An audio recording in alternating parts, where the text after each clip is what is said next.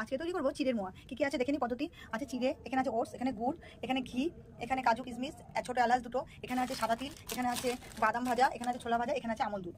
চলো দেখে নি তাহলে কিরকম করে তৈরিটা করি। চিড়েটা কাঠখোলায় ভেজে নিচ্ছি, ওটসটা ভেজে নিলাম, ঘি দিয়ে তিলটা ভেজে নিলাম, ঘি দিয়ে কাজুটাও ভেজে নিলাম হালকা করে আলতো হাতে।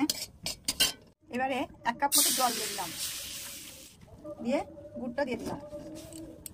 গুড়টা জাল হয়ে গেছে, এবারে চিড়েটা দিয়ে দিলাম, এবার ওটসটা দিয়ে দিলাম, এবার ছোলা বাদাম কিশমিশ দিয়ে দিলাম, এবার এখানে তিল আর কাজু দিয়ে দিলাম, আর এখানে আমল দুধটাও দিয়ে দিলাম, আর এখানে মোরব্বাটা যোগ করেছি, মোরব্বাটা ছিল না নিয়েছি দিয়ে দিলাম, আর এখানে নিয়েছি জিরে ভেজে কাঠখোলায় ভেজে গুঁড়ো করে নিয়েছি, এটা দেখিয়েছিলাম না।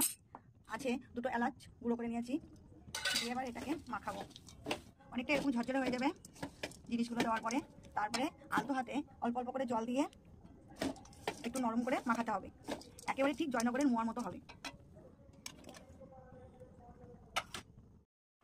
খুব সুন্দর হয়েছে, আর দেখতেও খুব সুন্দর হয়েছে, একেবারে জয়নগরের মোয়ার মতো হয়েছে, আর খুব নরম।